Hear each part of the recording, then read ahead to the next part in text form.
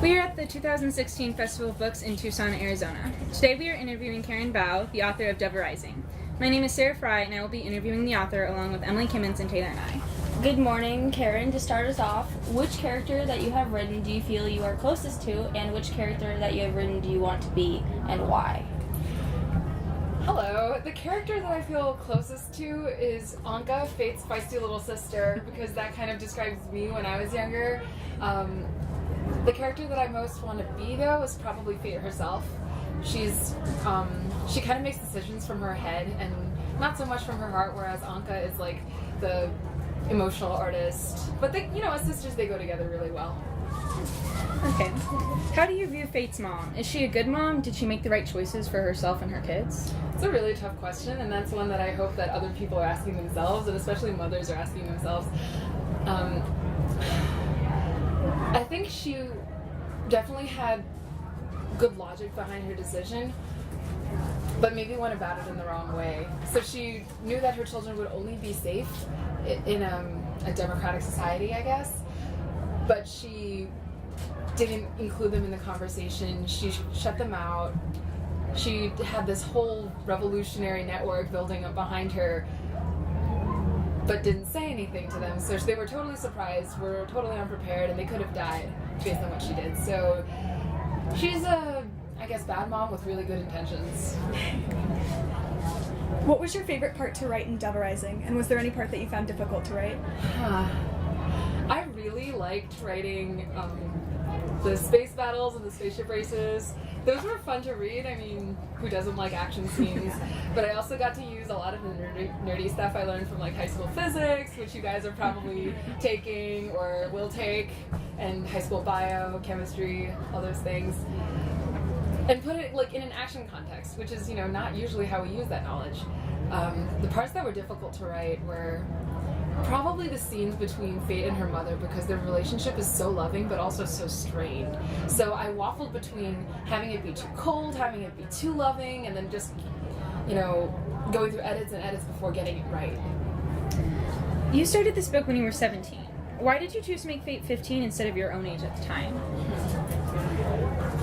I think that making your character younger than yourself is probably essential for most writers, because you can't fully understand the age you are until after you've given yourself a few years distance. So I'm 21 now. I definitely didn't, I wouldn't be able to write about being 21. It's still a kind of a confusing time, and being 17 was even more confusing. Let's not get into that. So yeah, I like to have a few years distance to reflect before I start writing a character. Okay. Was it hard to tie in your biology major into your book, or did it just happen naturally? It kind of happened naturally. In my daily life, say my friend will be like, "Oh, Karen, I had sushi." And I'll be like, "Ooh, tell me all about the fish." And then he'll tell me the fish. And then I'll tell them everything I know about the fish. Like, "Oh yeah, do you know that salmon from the Atlantic and the Pacific are so different, and there are more varieties in the Pacific because of the geologic history?" It just kind of bubbles out. So my editor actually has to rein me in when I'm writing my books, because the biology just clobbers people over the head. And actually for the third Dove book, I just got edits back, and she gave me this very broad edit, which was, "Karen, a lot of times you don't know what you're talking about. Can you turn back the science a little bit?" And I'll be like, "Okay, I'll cut out the ribosomes and the proteins jamming up people's synthesis sites." What do you plan on doing after college, and do you plan on writing more books after this series? Oh yes. So I've been looking forward to graduation for a really, really, really long time. Doing two things at once is really exhausting. It's so much fun, but at the end of the day, you're like, "Oh, I have no energy left." So if people ask me, "Hey Karen, I'm in college and I just got a book deal, what should I do now?" I'll be like, "Pick one." So yeah, back to graduation. That's happening in less than 2 months. Wow. Nice. Congratulations. I'm running away to Europe for a month, and nobody's gonna talk to me. I'm just gonna be in Scotland, England, France, Ireland, writing/seeing things, because that's what you do.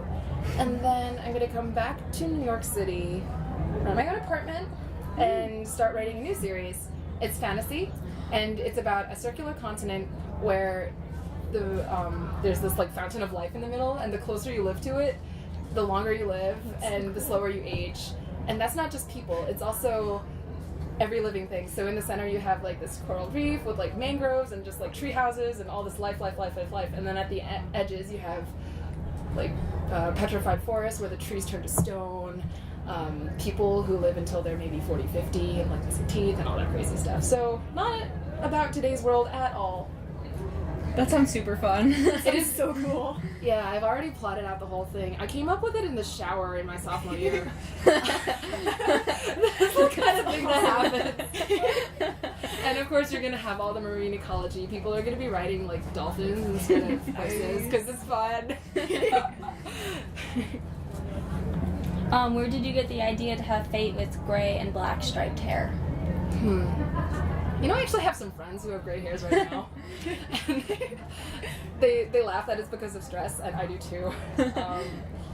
I just thought it looked cool, honestly, and I didn't want to do anything too crazy with the hair, but I was like, okay, this is kind of symbolic too, because her name is Dove, and doves are like white/gray, and it's like, oh, if that starts showing up in her hair gradually over the series, that could be an interesting like metaphor for how she's getting older, or more mature, or more peaceful, or whatever, however people want to take it. It's awesome. Yeah. Okay, so in the second book you tell us that Wes is from a place called St. Oda. Where'd that be in today's world? I was really hesitant to pinpoint an exact location in the British Isles, but it's sort of in the northern part of the Irish Sea between like Scotland and Northern Ireland. Okay.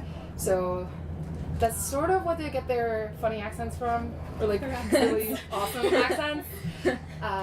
Except that the Odin culture is so removed from both Scottish and Irish culture that I didn't want to like make that connection. Mm-hmm. That's awesome.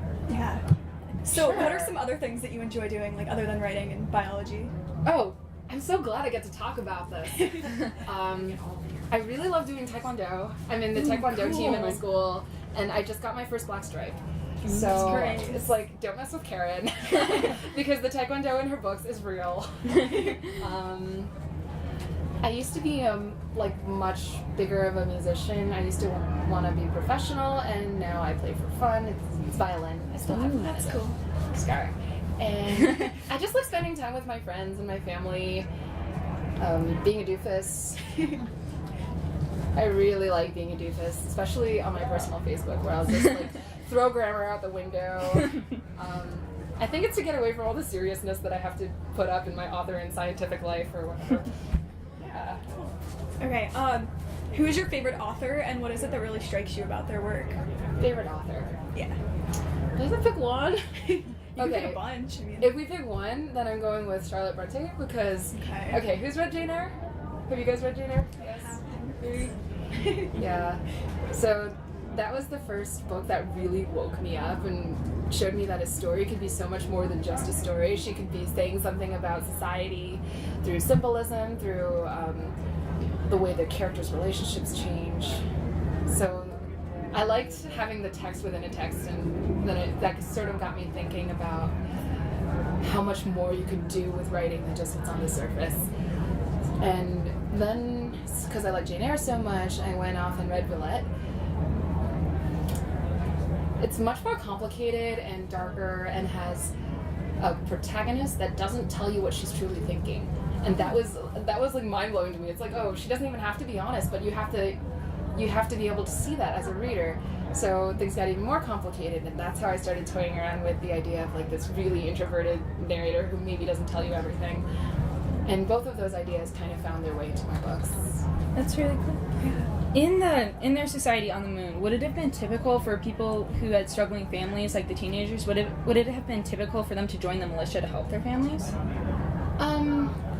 Remember how the militia has this like outrageously high death rate? Yeah. Yeah.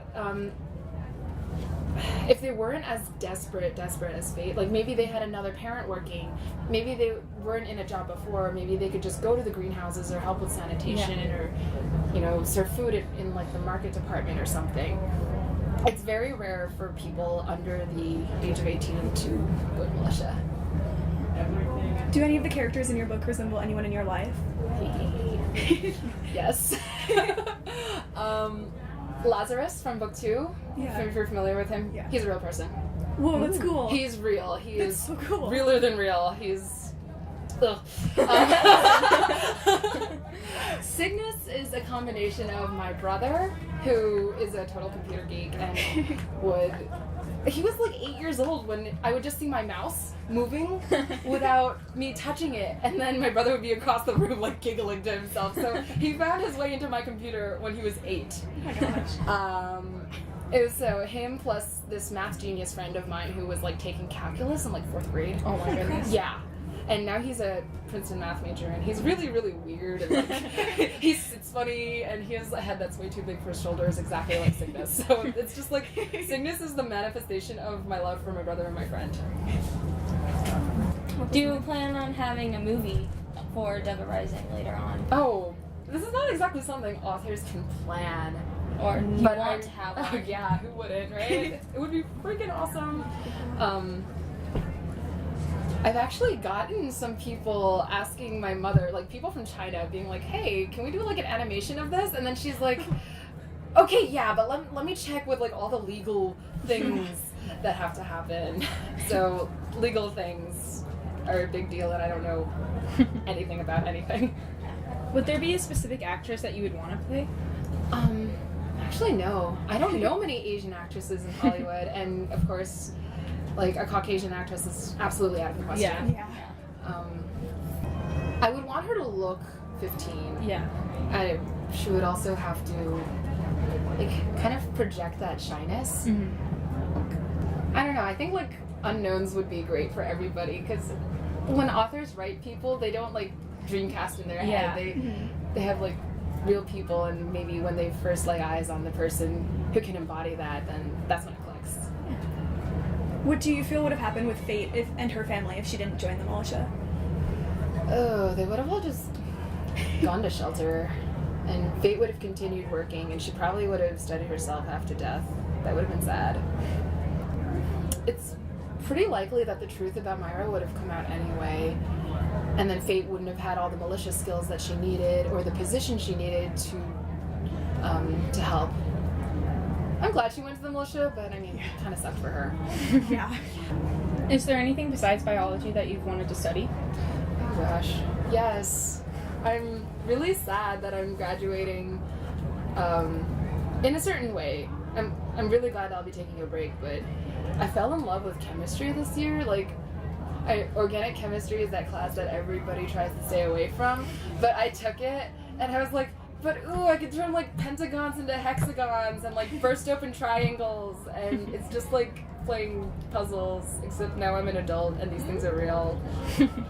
So I'm kind of interested in marine natural products, which are like poisons or like antibacterial agents that marine organisms produce to defend themselves, basically. And those often have medical applications for humans, and like big pharma sometimes goes into the ocean looking for them and tears up everything. So they're really important, and I kind of want to work with them and help conserve the environment around them. But also just do more